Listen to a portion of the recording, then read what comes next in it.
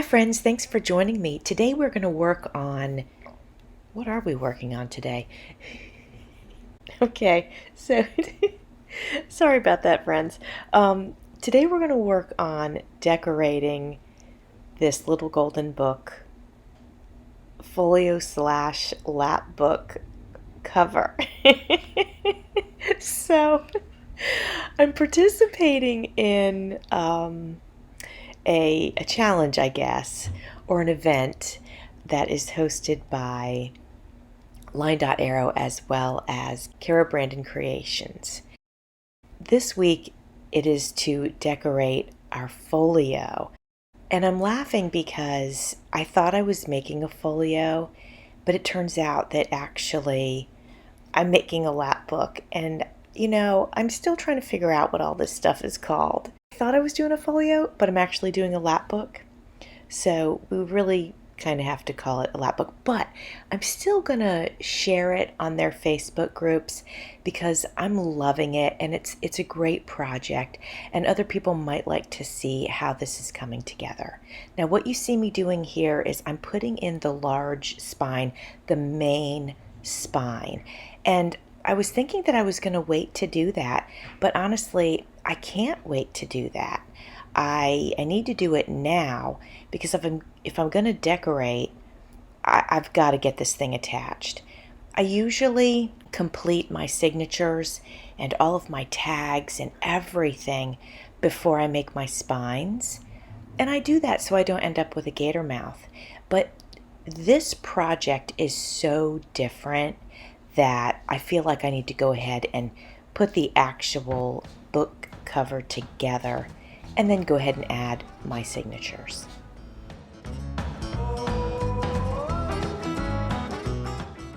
You can see that I am using some decorative masking tape to put the cereal box pieces.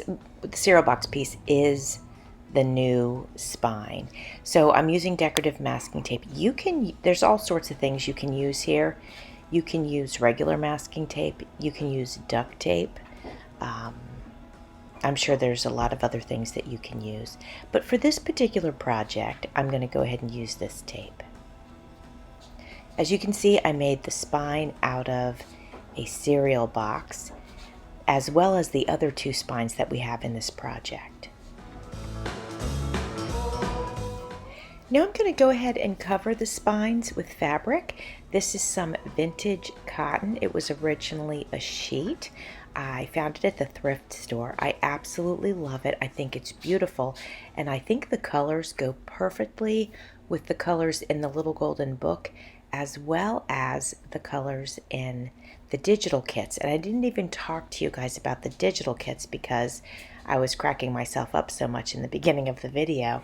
So Cara Brandon Creations and Line.Arrow have created a kit. They worked jointly together to create a beautiful digital kit. The kits can be found on both of their Etsy shops, and I will be sure to link those in my description box. I will tag them so that you can find their YouTube channels as well.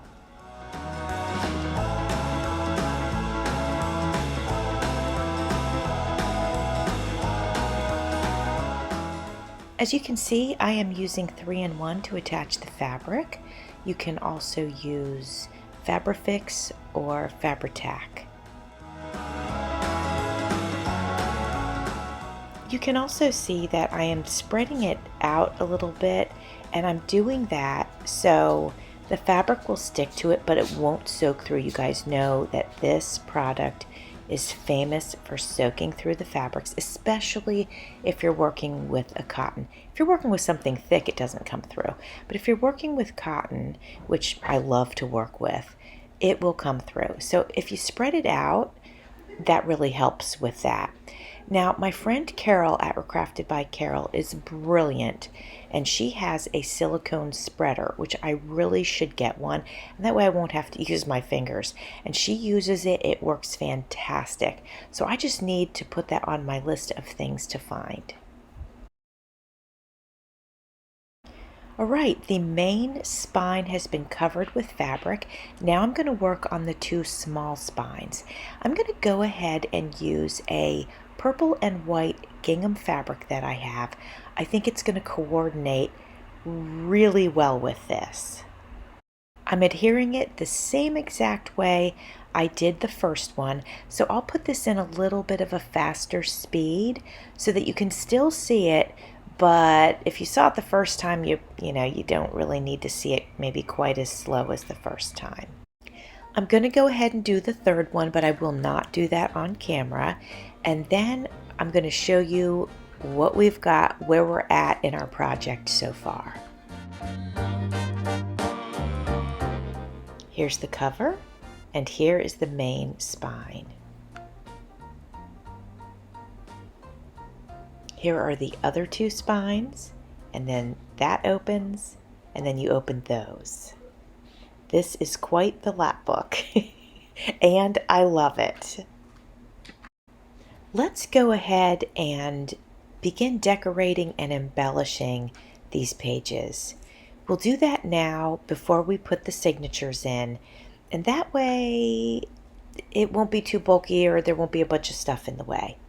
Now, I love this purple and black lace. I can't remember if this was given to me in Happy Mail or if I got it at the thrift store, but I'm thinking I might have found it at the thrift store because it was a whole roll. I love the way the black and purple goes with the bird that's in the nest because the bird is black. So I'm going to go ahead and use my hot glue gun and adhere this ribbon.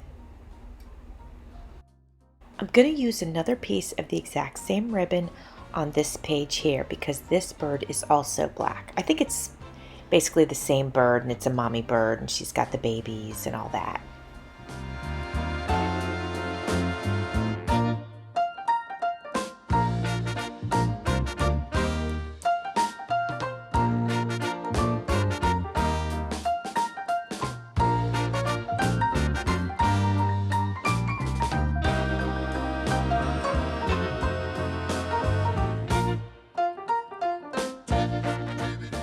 I've mentioned to you guys before, but I'll go ahead and mention it again. I don't cut my ribbons to size before I put them on my journals or whatever because I like to have a place to hold it. And it enables me to hold it, center it, and sort of handle it. And then afterwards I'll cut it to size once it's on the project. However, that being said, there's no wrong way to do it. That's just the way I do it, and I was just sharing why I do it that way. I'm going to embellish the small spines now, and what I did is I went through my cabinet, I pulled out a variety of purple and lavender ribbons that I have, so I have lots of wonderful things to choose from. For this one, I have chosen a lacy trim, and I'm adhering that with my hot glue gun as well. I'm going to wrap that all the way around so that it's visible on the outside and the inside. So even though I'm going to sew a signature in there, I still want the inside spine to look nice.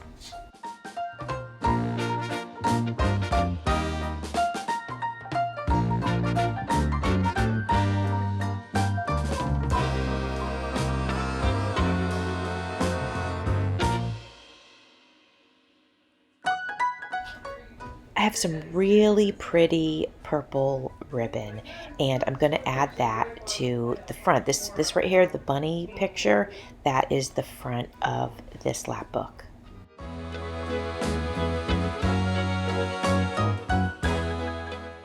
I'm going to add that same ribbon on the back.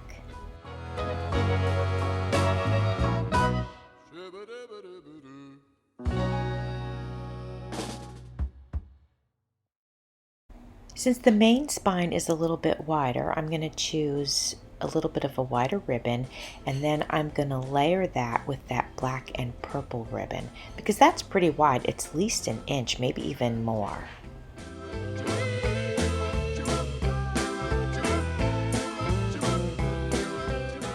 I've decided that ultimately I want 3 layers of ribbon there, so I have a really pretty, very sheer lavender ribbon with like little flowers on the edges. So I'm going to add that right down the center of this purple and black one.